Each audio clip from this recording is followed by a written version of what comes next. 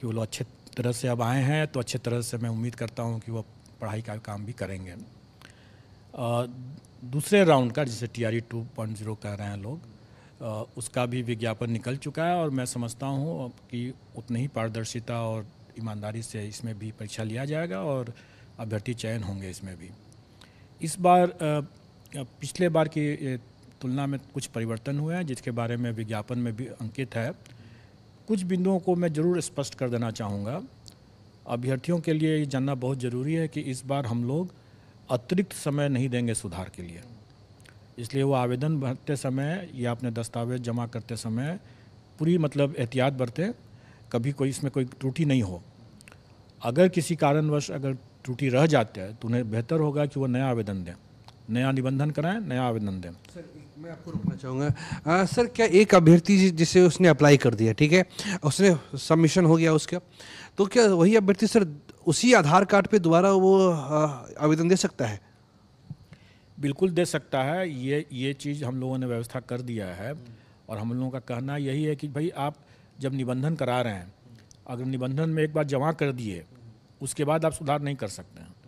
अगर सुधार करने की आवश्यकता है तो आप दोबारा निबंधन कराएं, क्योंकि एक बार त्रुटि हो गई तो उसको बाद जमा कर दिया, उसके बाद हम सुधार करने का मौका नहीं देंगे। उसी तरीके से आवेदन में भी है। आवेदन जमा करने के लिए कि पहले अपनी भरकर वो अपना देख लें कि भाई सब तरह से वो ठीक है कि नहीं है। इसका कारण है, पिछले बार हम लोगों ने अनुभव किया, अभ्यर्थियों ने भी बहुत बार इसमें अनुरोध किया गलतियाँ की, इसके कारण से हम लोगों ने देखा कि कई कठिनाइयाँ हुई। DV के चरण में भी हम लोगों को कई कठिनाई हुई। इसलिए हम लोग इस बार बहुत सतर्क हैं और इस बार हम चाहते हैं, अभ्यर्थी भी अनुभवी हैं तो हम अपेक्षा भी करते हैं कि वो भी ज़्यादा सतर्क रहेंगे।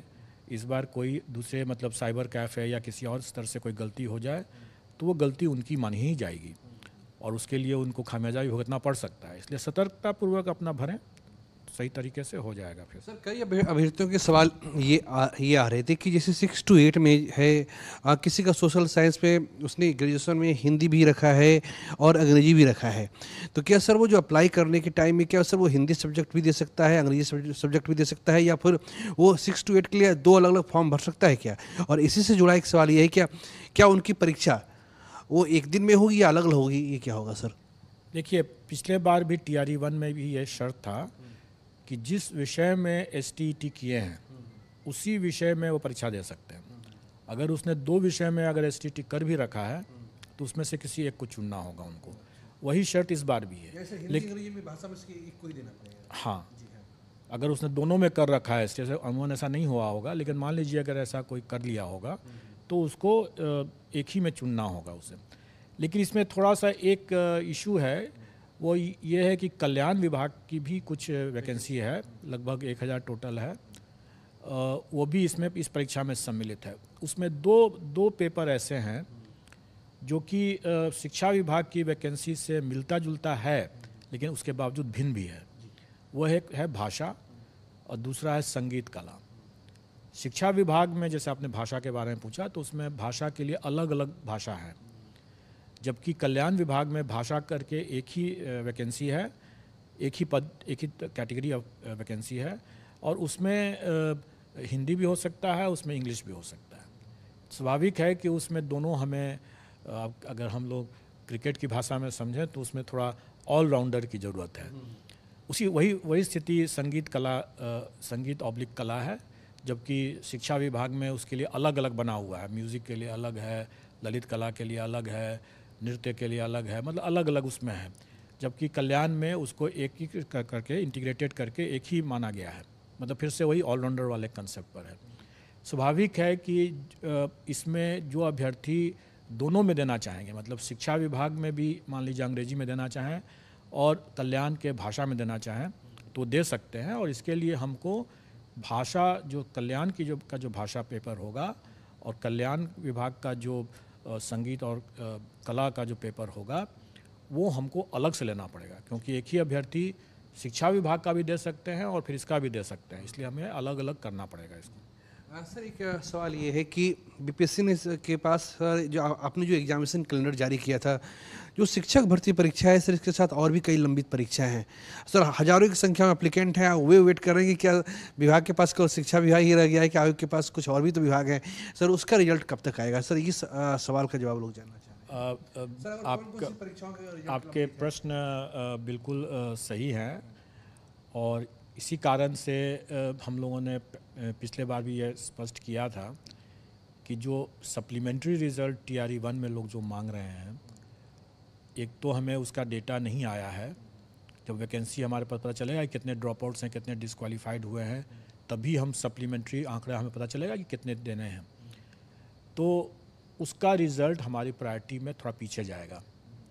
उसके पहले जो आपने अभी प्रश्न किया कि कई ऐसी महत्वपूर्ण परीक्षाएं हैं, जैसे हमारे असिस्टेंट इंजीनियर की परीक्षाएं हैं, उसका फाइनल रिज़ल्ट देना है, हमें एपीओ के है, हमारे AAO का है, कई ऐसे और भी हैं जैसे अभी 69th पीटी का है रिज़ल्ट, उसके साथ CDPO का भी उसी में लगा हुआ है। उसके अलावा हमारे 68th का मेंस का रिज़ल्ट भी है। एपीओ का अभी हम लोगों ने इंटरव्यू भी कंप्लीट करा लिया है, लेकिन अभी उसका रिज़ल्ट ही बनाना है। उसमें कुछ हमें मेडिकल कराने हैं दिव्यांगजनों का। तो इन सब को लेकर देखा जाए तो अभी हमारे कई ऐसे मामले हैं जो काफ़ी परिपक्व हो चुके हैं, मैच्योर्ड हो चुके हैं, उनका हमें परीक्षा फल निकालना है। टीआरई 1 के वर्क प्रेशर के कारण से कार्य बोझ बहुत ज़्यादा था उसमें, इसके कारण से वो रुक गया। तो अब चूँकि टीआरई 1 का कार्य बोझ कम हुआ है, तो टीआरई 2 के कार्य बोझ आने के पहले हमारा प्रयास रहेगा कि हम जितने लंबित मामले हैं यथासंभव हम उनको चरणबद्ध तरीके से निकालते जाएं उसका परीक्षाफल। सर ये जो सप्लीमेंट्री रिजल्ट की जो बात हो रही है सर, आखिर अभ्यर्थी जानना चाहते हैं सर कि ये आप कब तक दे पाएंगे? मैं जानता हूं सर कि आपके पास और अन्य विभाग हैं जिनके परीक्षा आपने ली है, उस सर सप्लीमेंट्री रिजल्ट का सर कब तक आ पाएगा? कुछ कोई सर समय सीमा तो होगी? देखिए, सप्लीमेंट्री रिजल्ट सबसे पहले तो निर्भर करेगा कि शिक्षा विभाग जो अपना प्रतिवेदन दे वो हमें बताएगी कि कितने अभ्यर्थी ड्रॉप आउट्स हुए हैं। मतलब ड्रॉप आउट्स का मतलब ये होगा जो मल्टीपल रिजल्ट्स वाले कितने अभ्यर्थी हैं जो एक ही जॉब करेंगे, दूसरा जॉब खाली करेंगे, तो इसलिए वो ड्रॉप आउट्स हो गए। उसके अलावा डीवी में भी कुछ लोग असफल भी होंगे, कुछ लोग उसमें भी अनुपस्थित रहेंगे। मैं थोड़ा रुकना चाहूँगा, माफ करेंगे सर। स्कूल में क्या शिक्षा विभाग से कोई बैठक हो गई क्या? बीच में ये सुनने में आया था कि शायद शिक्षा विभाग और आप में बैठक हो गई है सप्लीमेंट्री रिजल्ट को जारी करने को लेकर, कोई वार्ता हुई है कि कब तक ये करना है? शिक्षा विभाग से हमारी लगातार बैठक होती रहती है। जब से हम लोगों ने परीक्षा फल घोषित किया उसके बाद हमारी 2 बैठकें भी हो चुकी हैं उनके साथ। वो हमारी हमेशा बैठक होती रहेगी, तभी तो हम आगे काम कर सकेंगे। टीआरई 1 से भी संबंधित, टीआरई 2 से भी संबंधित सभी बैठकें हमारी होते रहती हैं। हमें जब तक वो आंकड़े नहीं आएंगे तब तक स्वाभाविक है कि मैं उस पर कोई भी प्रतिक्रिया या कोई भी समय सीमा नहीं दे सकता हूँ। लेकिन मैं इतना ज़रूर करूँगा कि जब आंकड़े आ जाएंगे तो भी हमारे प्रायोरिटी में, चूँकि जैसा मैंने बतलाया कि हमारे कई महत्वपूर्ण परीक्षाएं उसका परीक्षाफल अभी लंबित है, हमारी प्रायोरिटी में अभी वो ऊपर रहेगा। और टीआरई 1 का सप्लीमेंट्री जो रिज़ल्ट जो होगा वो थोड़ा वेट करना होगा। सर एक सवाल ये है कि जो सर ये परीक्षा सर अभी इसका रिजल्ट आया था, जो सेकेंड फेज की जो आपने बहाली ली है सर, ये आपने 25 नवंबर तक आवेदन का आपने समय दिया है। इसी बीच सर दिवाली भी है, छठ भी है, एक महत्वपूर्ण सर छठ पूजा है। सर अभ्यर्थियों के मन में ये सवाल है कि अगर आप 5 नवंबर से 25 नवंबर तक 20 दिन का समय दे रहे हैं तो सर क्या इतनी जल्दी हो पाएगा? सर क्या शिक्षा विभाग की तरफ से कोई दबाव निकाल के दे दीजिए ताकि हम एक रिजल्ट जारी कर सकें, क्योंकि सर थोड़ा समय तो कम बचता है सर 5 से 25 नवंबर। देखिए, शिक्षा विभाग से ऐसा कोई दबाव नहीं है। हम लोग खुद भी चाहते हैं कि इसको जल्दी से जल्दी करके इस परीक्षा फल हम लोग घोषित कर सकें समय रहते। आप जानते हैं कि इतनी बड़ी परीक्षा जो है जब हमको आयोजित करनी है तो हम लोग इसको जाड़ा में नहीं कर सकते हैं, ठंड में नहीं हो सकता। नहीं होने सकने का बहुत से कारण है। उसमें कुछ अभ्यर्थियों को भी असुविधा होगी, कुछ हमें भी, बाहर से आएंगे, रात में रुकने में कठिनाई होगी, प्लेटफॉर्म पर रुकना पड़ता है तो उसमें कठिनाई होगी। दूसरा कि कुछ कदाचारी भी लोग हो सकते हैं जिसके कारण से जाड़े में मफलर है, टोपी है, स्वेटर है, कई तरह के मतलब कदाचार करने का उनकी संभावना बढ़ सकती है। तो इन सब चीज़ों को देखते हुए या तो हम अभी दिसंबर में कर लें, मतलब शुरुआत में ही मतलब, और नहीं तो फिर हम लोग फरवरी के बाद कर पाएँ। तो हम लोगों ने ये प्रयास किया है कि हम लोग इसको दिसंबर में ही जल्दी करने का करेंगे, 7, 8, 9, 10 का, इसलिए हम लोगों ने एक औपबंधिक रूप से घोषित भी किया है तिथि। और ये हमारा, जैसे हम लोगों ने ये घोषणा औपबंधिक रूप से ये तिथि की घोषणा हम लोगों ने पहले ही कर रखा था।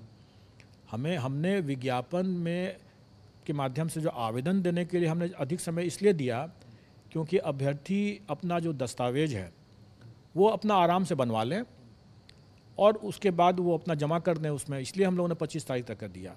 लेकिन निबंधन जो है, जिसके बेसिस पर हमें पता चलता है कि कितने अभ्यर्थी इसमें आने वाले हैं, ताकि हम उसके हिसाब से अपनी तैयारियां करें, किस विषय में कितने अभ्यर्थी होंगे, इसकी तैयारी करने के लिए हमें आवश्यक है कि हमें उनका निबंधन पहले करा लें और उसके पहले ये सूचना हम लोग एकत्रित कर लें। वो हम लोग कर रहे हैं। अभ्यर्थी जो हैं वो देखिए कि अभी 2-3 महीना पहले उन लोगों ने परीक्षा दिया, उसमें काफ़ी लोगों ने तैयारी किया ही है उसमें। और कुछ तो जैसे प्राइमरी में बीएड वाले लोग जो लोगों ने भी उसको दिया, तो एक तरह से उनके लिए ये एक प्रैक्टिस टेस्ट हो गया, क्योंकि उसमें तो उनका होना नहीं था क्योंकि माननीय सर्वोच्च न्यायालय का निर्देश था। तो एक तरह से उनके लिए भी प्रैक्टिस हो गया। तो कि मैं समझता हूँ कि कई अभ्यर्थी ऐसे होंगे जो कि दोबारा देंगे, उसमें उन लोगों की प्रैक्टिस पहले से है। उसके बावजूद अगर जो नए अभ्यर्थी भी अगर आते हैं तो वो नए अभ्यर्थी को भी मतलब 1.5 महीना तो काफ़ी मिलता है। जैसा मैंने पहले भी कहा था कि उन्हें वही चीज़ पढ़ना है और वही चीज़ करना है जो वो बाद में जब शिक्षक बनेंगे तो जो पढ़ाएंगे या जो पढ़ा रहे हैं उनको वही जानकारी रहना है। उसकी जानकारी उसका सिलेबस के हिसाब से रहेगा। स्टैंडर्ड ऑफ कोर्स उसका स्टैंडर्ड वो रहेगा जो उनकी अपनी पात्रता अर्हता जो निर्धारित, जैसे ग्रेजुएशन अगर जिसका है तो उनका स्टैंडर्ड जो होगा क्वेश्चन का वो ग्रेजुएशन लेवल का होगा। जो अगर पोस्ट ग्रेजुएशन लेवल का है तो उनका स्टैंडर्ड होगा क्वेश्चन का पोस्ट ग्रेजुएशन लेवल का। अगर हम कहें कि अगर फिजिक्स विषय अगर किसी को पढ़ाना है +2 में, तो स्वाभाविक रूप से उसको +2 के विद्यार्थी से ज़्यादा जानकारी, ज़्यादा उनका स्तर होना है, इसलिए हम लोग पीजी लेवल का स्तर लेंगे। लेकिन फिजिक्स के टॉपिक्स जो रहेंगे वो वही रहेंगे जो वो 12th में पढ़ाएंगे। सर ये 70,000 पदों के लिए बहाली निकाली गई है। पिछला जो हुआ था वो 1,70,000 पदों के लिए था। सर 50,000 पोस्ट लगभग वैकेंट रह गए, वो सर कब तक ऐड ऑन हो पाए? क्योंकि सर आपके पास कई बार जो परीक्षा हुई है, आप सर लोग फॉर्म भरते गए और आपने जो है उसमें रिक्तियाँ आप जोड़ते गए। सर ये रिक्तियाँ जो 50,000 रह गई हैं, जो वैकेंट पोस्ट है, सर क्या इसको ऐड करेंगे क्या इसमें? देखिए, कोई भी रिक्ति हम तभी ऐड कर सकते हैं जब शिक्षा विभाग मतलब प्रशासनिक विभाग अपनी अधियाचना में उसको ऐड करने के लिए कहेगी। हमारे विज्ञापन में हमेशा रहता है कि घट बढ़ सकता है वैकेंसी, हमेशा देते हैं। और पिछले बार आप लोगों ने देखा भी होगा कि 68th में भी और 69th combined civil services exam में भी हम लोगों ने वैकेंसी को बढ़ाया था। जैसे जैसे आता है हम लोग बढ़ा देते हैं। परीक्षा होने के पहले तक तो कम से कम अभ्यर्थियों को मालूम होना चाहिए कि कितनी वैकेंसी हुई, तो वो हम लोग कट ऑफ डेट उसके हिसाब से रखते हैं और वही रखेंगे इसमें भी। और मुझे पूरी उम्मीद है कि जो वैकेंसी पिछले बार नहीं भरा जा सका क्योंकि अभ्यर्थी की संख्या ही काफ़ी कम थी, अमूमन कहा जाए कि लगभग 50,000 ऐसी वैकेंसी है जो कि अभ्यर्थियों की संख्या ही कम रहने के कारण से भरा नहीं जा सकता था, संभव ही नहीं था वो। तो वो मुझे उम्मीद है कि वो कैरी फॉरवर्ड होगा और वो TRE 2 में आना चाहिए। जब आ जाएगा तो हम लोग उसको भी घोषित कर देंगे। सर बस एक आखिरी सवाल आपसे ये है कि सर इसमें कहीं कोई संदेह नहीं कि सर किसी पे उंगली उठा देना बहुत आसान काम होता है, लेकिन उसके पीछे की जो मेहनत होती है सर लोग उसे नज़रअंदाज कर देते हैं। सर आपको इसका पूरा श्रेय मिलता है। आपको हम सर ये बच्चे भी कहते हैं कि नहीं बहुत अच्छा काम किया है। सर 8 लाख अभ्यर्थी शामिल हुए थे। आपने पिछले दिनों एक लिस्ट जारी की थी जिसमें 12 लोग ऐसे थे जो दूसरे के स्थान पर परीक्षा देते हुए पकड़े गए हैं। सर ये कहाँ से हो गया ये? देखिए, कोई भी अभी जैसे राम राज्य तो नहीं है कि अपराध मुक्त ही रहेगा, कोई भी ऐसा स्थिति नहीं होता है। स्वाभाविक है कि जो खुराफाती तत्व जो है, कदाचारी है, वो अपने कदाचार करने से बाज नहीं आएंगे। अगर सब कुछ अगर अच्छा रहेगा तब भी मुझे कुछ भी मेहनत करने की ज़रूरत नहीं है। आखिर वो लोग हैं तभी तो मेरी भी ज़रूरत है। अगर वो रहेंगे ही नहीं तो मेरी भी ज़रूरत नहीं है और पुलिस की भी ज़रूरत नहीं है। फिर तो आराम से लोग दें परीक्षा, अपना चले जाएं। चूँकि कदाचारी लोग रहते हैं और हम लोग मान के चलते हैं कि कुछ न कुछ लोग एलिमेंट्स इस तरह से आएंगे ही आएंगे, और इसके लिए हम लोग एहतियात बरतते हैं, तभी तो पकड़े गए वो। लेकिन उसके बावजूद भी कुछ इस तरह के भी लोग अभ्यर्थी होंगे जो अपने दस्तावेज में भी गड़बड़ किए होंगे, जो करते हैं। और हम लोग मान के चलते हैं कि इतनी बड़ी परीक्षा में और जब नौकरी का इतने वर्षों के बाद ये नौकरी मिल रही है, तो लोग बाय हुक और बाय क्रुक जिसको कहते हैं, किसी भी तरीके से येन केन प्रकारेण, मतलब उसको हिंदी सही हिंदी उसकी यही है, वो प्रयास करेंगे, वो कुप्रयास करेंगे। जितना हम लोग छांट सकते हैं अलग अलग लेवल पर, अलग अलग फिल्ट्रेशन लेयर पर हम लोग उतना छांटते गए। हम लोगों ने भी कुछ डीवी कराया, उसमें भी छांटा हम लोगों ने बड़ी संख्या में। फिर उसके बाद हम लोग जो मेरिट लिस्ट निकाले उसमें भी हम जानते थे कि उसमें कुछ अभ्यर्थी ऐसे ज़रूर होंगे जो फर्जी करके आ रहे हैं। उसका डॉक्यूमेंट वेरिफिकेशन इसलिए तो किया ही गया था, और इसीलिए सशर्त ही हम लोगों ने परीक्षा फल दिया। वो छठे हैं, वो छटेंगे वहाँ पर डॉक्यूमेंट वेरिफिकेशन में। अगर कोई उसके बावजूद कोई बच गया तो एक इसके बाद का भी एक लेयर है, और ये योगदान के बाद का लेयर है जो वृहद अनुसंधान का मामला है, वहाँ भी छटेंगे। जब भी अभी तो हम लोगों ने ऐसी व्यवस्था कर रखा है कि हम अपना अभ्यर्थियों का जो डॉसियर जो होता है वो हम सॉफ्ट कॉपी देते हैं, सॉफ्ट कॉपी डिजिटली साइन करके देते हैं। ये परिपाटी हम लोगों ने पिछले 6-7 महीने 8 महीने से स्टार्ट कर दिया है। तो इसका उद्देश्य ये था कि जो हम सॉफ्ट कॉपी डिजिटली साइन करके देंगे, एक तो वो प्रॉपर होगा, दूसरा कि उसमें सबसे बड़ी बात यह है कि हम लोग बायोमेट्रिक डेटा जो हम लोग कलेक्ट करते हैं वो हम देंगे। वो सॉफ्ट ही कॉपी में ही दिया जा सकता है, उसका तो कोई हार्ड कॉपी हो नहीं सकता है। तो वो सॉफ्ट कॉपी में जब बायोमेट्रिक डेटा देते हैं तो कोई भी सफल अभ्यर्थी अगर योगदान करके नौकरी भी कर रहे हैं, अब ये हो सकता है ना कि राम कुमार ने सारी परीक्षा दिया, सारा डॉक्यूमेंट वेरिफिकेशन राम कुमार ने किया, और श्याम कुमार नौकरी पर करने के लिए पहुंच जाए, ये बिल्कुल संभव है। और ऐसी संभावना को ही ध्यान में रख करके ही हम लोगों ने जो डॉसियर जो है वो सॉफ्ट कॉपी में भेजना शुरू किया सॉफ्ट कॉपी में, जिसमें कि हम उसका बायोमेट्रिक डिटेल्स भी देंगे। कहने का मतलब ये हुआ कि जो अभ्यर्थी सफल होने के बाद नौकरी कर रहे हैं, उनका अटेंडेंस के समय में, मान लीजिए 1 महीना 2 महीना 3 महीना के बाद भी कभी भी अगर उनका बायोमेट्रिक से मिलान किया जाएगा तो पता चलेगा कि ये तो फर्जी आदमी काम कर रहा है, तो उस पर भी कार्रवाई हो जाएगी। धन्यवाद। तो ये हमारे साथ बीपीएससी के चेयरमैन अतुल प्रसाद थे। इसमें कहीं कोई संदेह नहीं है कि इतने कम समय में इतने हजारों की संख्या में रिजल्ट को निकालना ये बेहद मुश्किल होता है, वो भी तब जब जैसे दुर्गा पूजा जैसी छुट्टी होती है और आयोग को अलग अलग विभागों के भी परिणाम को जारी करना होता है।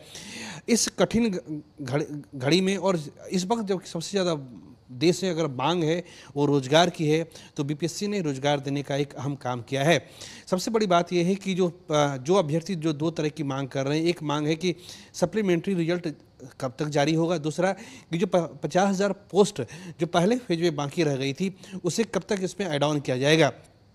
तो इस पे आयोग का कहना है कि ये जो है सारा कुछ जो है शिक्षा विभाग से जैसे ही उनके पास रिक्तियाँ आएंगी वो उसे ऐड कर देंगे। वाकई ये एक हद तक सही भी है, क्योंकि जो भी है बिहार लोक सेवा आयोग जो है एक व्यवस्था का एक अंग है, एक एग्जामिनेशन बॉडी है, लेकिन आखिरी फैसला जो है वो शिक्षा विभाग को करना है कि वो सप्लीमेंट्री रिजल्ट जारी करने के लिए कब कहता है। दूसरा कि जो 50,000 पोस्ट पहली फेज में बाकी रह गए थे उसे कब तक दूसरे फेज के लिए ऐड ऑन करने के लिए कहा जाता है। कुल मिलाकर हम कह सकते हैं कि जो अभ्यर्थी है ये मोटा मोटी ये मान के चले कि अभी तो उनके सामने 70,000 पोस्ट ही है सेकंड फेज के लिए, लेकिन ये इस बात की बेहद संभावना है कि ये 50,000 पोस्ट जो खाली रह गए हैं इसे जोड़ा जाएगा और उसके बाद जो है अभ्यर्थियों के सामने 1,20,000 पद रहेंगे फाइट करने के लिए।